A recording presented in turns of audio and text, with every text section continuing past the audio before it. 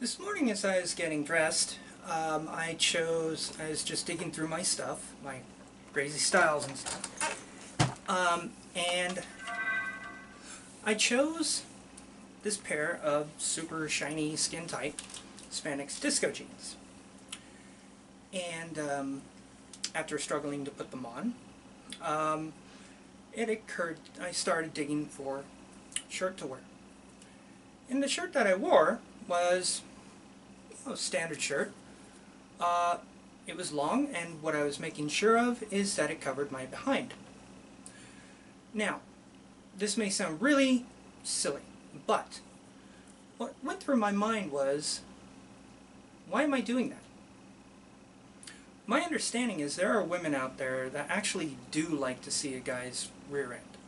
I mean, there's another way of saying it. And yet, here I am putting on super skin-tight pants and going to cover it up with a shirt. Now, yes, there are features of the male anatomy that would rather have hidden away. And the way I do this is I wear a low-slung belt or something of that effect. Point being that, why is it male clothing sort of hides the male body? I don't know if people think about this. They probably don't. But it's like, why is it that male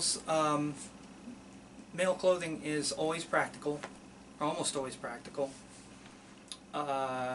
oftentimes ill-fitting, oftentimes very dull, and rather limited in the color selection? These pants that I have on are tight, shiny, and they're sort of a bright color. They're bright blue. They're not bright. They're a navy blue, but the shininess makes them stand out a bit more. Now, a lot of people would say those are feminine. That's a feminine style. Why? What makes it feminine? This is a constant question I'm always asking.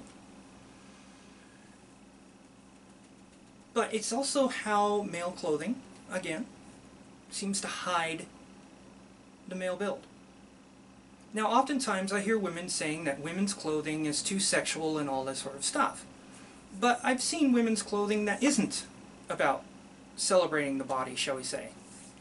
It's about hiding the female body. And sometimes this is appropriate. But in the workplace, women have a choice. They have a choice to have clothing that's a little bit more revealing of their form, their shape, but they don't show too much skin, shall we say. But their shape is quite visible. Or they can choose to wear clothing that hides their lines, hides their build. And they're perfectly, there's no reason they shouldn't be able to do that. People should have freedom to do as they please. Whereas, men don't have this. Men have a very limited range of styles to wear in the workplace. Usually jeans, ill-fitting, slacks, usually ill-fitting, or, to me, the dreaded three-piece suit. Sometimes they can wear shorts, but the shorts that they wear are, again, baggy and down to the knee at times. Why is it okay to point out that women's clothing is too sexual?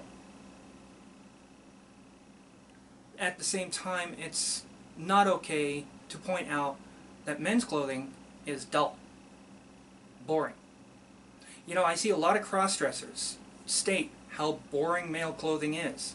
I see a lot of androgynous people stating how boring male clothing is. That's why they do as they do.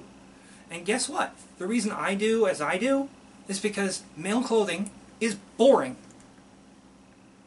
And it's a little ridiculous that on one side of the argument we have people fighting and pushing for women to have more freedom of not being so showy, but we have nothing in the equivalent for men to be able to be more showy.